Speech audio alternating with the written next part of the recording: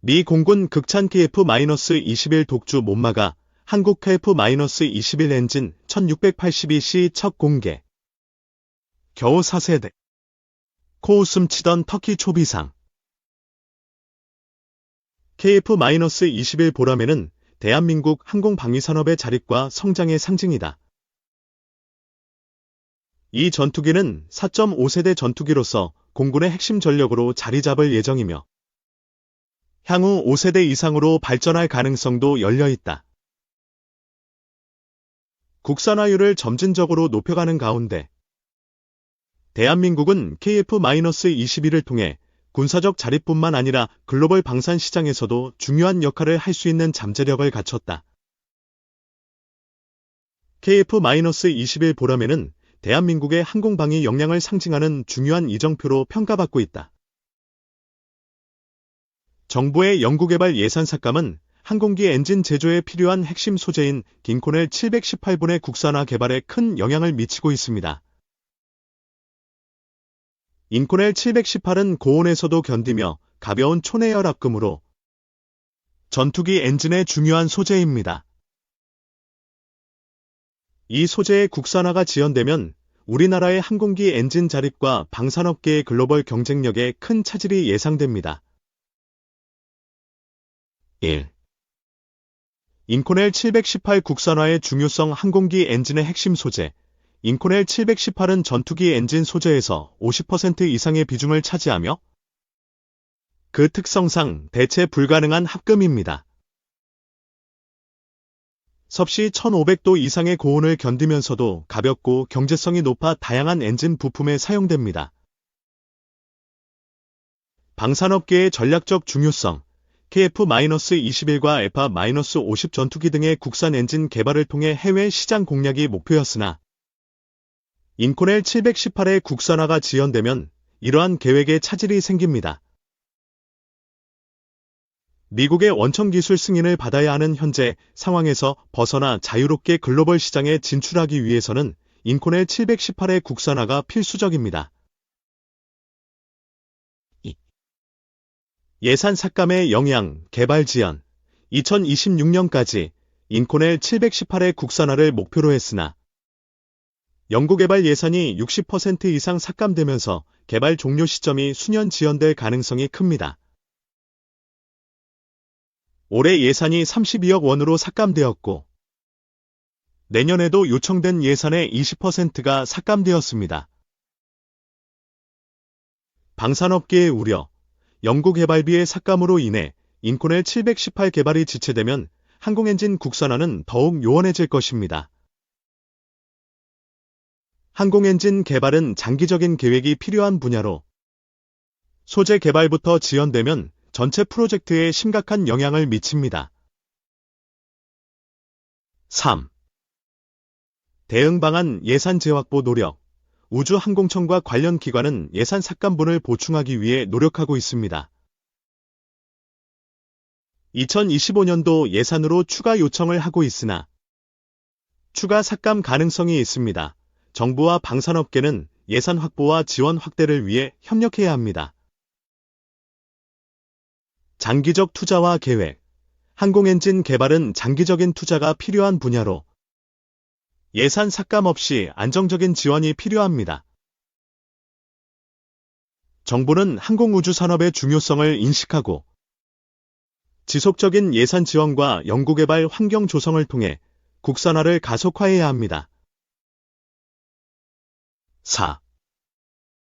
인코넬 718 인코넬 718은 니켈 크로뮴 합금의 일종으로 고온과 고압 환경에서도 우수한 기계적 특성을 유지하는 초내열 합금입니다. 주로 항공우주 산업, 특히 항공기 엔진 및 터빈 부품에서 널리 사용됩니다. 인코넬 718의 주요 특성과 용도를 설명하면 다음과 같습니다. 주요 특성 우수한 고온 강도 인코넬 718은 섭씨 700도 이상의 고온에서도 기계적 강도를 유지합니다. 이러한 특성으로 고온 환경에서 작동하는 항공기 엔진 부품에 적합합니다. 내식성 니켈과 크로뮴을 주성분으로 하는 인코넬 718은 다양한 부식 환경에서도 내식성을 가집니다. 산화, 황화, 기타 고온 부식에 대한 저항력이 뛰어납니다. 크리프 저항성, 장시간 고온에서 하중을 받을 때 변형이 적은 크리프 저항성을 가집니다. 이 특성은 터빈 블레이드와 같은 지속적인 고온 하중을 받는 부품에서 중요한 역할을 합니다. 가공성 및 용접성, 인코넬 718은 다른 초내열합금에 비해 가공성과 용접성이 우수합니다. 다양한 제조 공정에서 용이하게 사용될 수 있습니다. 주요 용도 항공기 엔진, 압축기 디스크, 터빈 블레이드, 터빈 프레임 등 고온 및 고압 환경에서 사용되는 부품에 사용됩니다. 고온 강도와 내식성이 요구되는 부품에 적합합니다. 가스터빈, 발전용 가스터빈에서도 인코넬 718은 중요한 소재로 사용됩니다. 터빈 블레이드, 디스크, 기타 고온 부품에 적용됩니다. 원자력 발전, 고온 고압 환경이 특징인 원자력 발전소의 일부 부품에도 사용됩니다. 내식성과 고온 강도 덕분에 장기간 안정적으로 사용할 수 있습니다. 우주항공 산업, 로켓 엔진, 우주선 부품 등 우주항공 분야에서도 중요한 역할을 합니다. 극한 환경에서도 안정적인 성능을 제공합니다. 5. 결론 및 의견, 인코넬 718의 국산화 지연은 우리나라 방산업계의 글로벌 경쟁력에 큰 영향을 미칠 수 있습니다. 우주산업을 키우겠다는 정부는 정작 개발해야 될 예산을 삭감하면서 모든 산업의 전반적인 기술 강화가 둔화되었습니다. 사실상 우리나라는 자원이 부족하여 기술력으로 이룩한 나라인데 그 핵심을 송두리째 뒤 흔든 RD 예산 삭감 스노볼이 아직도 흐르고 있습니다. 정부와 방산업계는 협력하여 예산 확보와 지속적인 연구개발을 통해 국산화를 성공적으로 이끌어야 할 것입니다. 현존 최강 공격 헬기 아파치, 헬기계의 초신성 대나, 오상현의 무기 큐브. 아파치 헬기는 1973년 -1 코브라 헬기를 대체하기 위한 체계 개발 사업으로 시작됐습니다. 아파치는 공격 헬기인데요. 공격 헬기는 지상군의 통제를 받으며 장갑차나 전차 등 장갑 차량을 공격하기 위해 개발된 헬리콥터입니다. 벨의 OH-63과 경쟁 끝에 선택받은 프로토타입 OH-64는 1975년 9월 30일 첫 비행을 했고 1982년 정식 생산을 승인 받마 1986년 4월 미 육군에 인도됐습니다. 휴즈에서 맥도넬 더글라스를 거쳐 보잉까지 가는 3번에 걸친 인수합병으로 주인이 3번이나 바뀌었지만 헬기는 살아남았습니다. 현재까지 2,400대 이상의 아파치 헬기가 생산됐고 미국과 우리나라를 비롯한 17개국에서 사용하고 있습니다. 보잉 홈페이지에 소개된 아파치 가디언의 재원을 살펴보면 길이 14.68m, 높이 4.72m, 로터 직경 14.63m로 2000마력 T700G-701D 엔진을 장착해 전투행동 반경 480km, 최대 비행 속도는 시속 279km 이상으로 비행할 수 있습니다. 무장은 헬파이어 미사일 16발과 2.75인치 로켓 76발, 분당 600발 이상으로 발사되는 30mm 체인건 1200발을 탑재할 수 있습니다. 아파치 헬기의 뛰어난 특성은 단지 기체의 크기나 많은 무장을 탑재하는 것에서 찾을 수 없습니다. 진가를 나타낼 수 있는 것은 바로 A-64 이 아파치 가디언에 탑재된 화력 통제 레이더와 위성통신을 비롯한 통신체계, 그리고 유무인팀, 멈티, 통제 능력에 있습니다. On-78 화력 통제 레이더는 16km 범위에서 밀리미터팔을 사용해 1분 이내에 최대 128개의 대상을 분류하고 위협 우선순위를 지정합니다. 또 동시에 최대 16개 표적과 교전할 수 있습니다. 공격은 30초 이내에 시작할 수 있고 목표물을 포착한 아파치 헬기뿐 아니라 지상의 다른 장비나 또 다른 아파치 헬기와 데이터를 공유해 타격할 수 있습니다.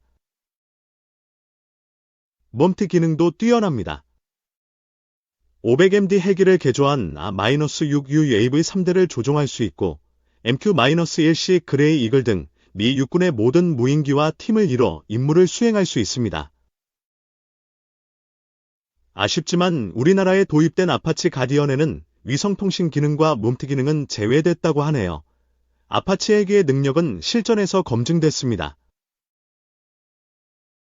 1989년 파나마 저스트코즈 작전에 처음 실전에 투입됐고 이후 1991년 사막의 폭풍 작전에 참가해 100시간 동안 277대의 아파치 헬기가 참전해 278대의 이라크 전차와 다수의 장갑차,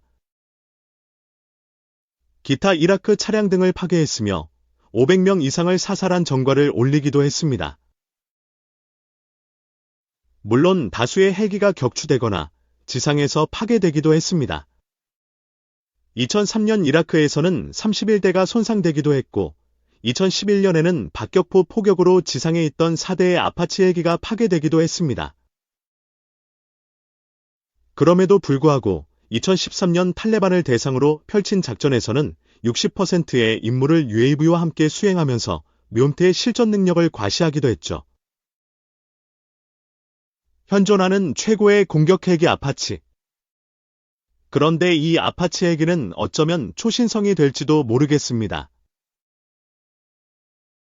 아시다시피 초신성은 밤하늘을 보면 마치 가장 밝게 빛나서 마치 별이 태어나는 것처럼 보여서 붙은 이름이지만 사실 이미 생명을 다한 별이 폭발하면서 엄청난 에너지를 내뿜는 것입니다. 지금은 유무인 복합체계까지 그 영역을 확장하면서 무인체계나 AI가 등장하는 미래 전장에서도 꾸준하게 사용될 것처럼 보이지만 그렇지 않을 수도 있다는 얘기입니다. 그 이유는 지난 2월 미군이 차세대 정찰 공격 헬기 프로그램을 취소했다는 기사를 접했기 때문입니다. 미국 매체들과 만난 미 육군 미래사령부 제임스 레이니 사령관은 우크라이나전의 예를 들면서 우리는 공중정찰이 근본적으로 변화했다는 것을 배우고 있다며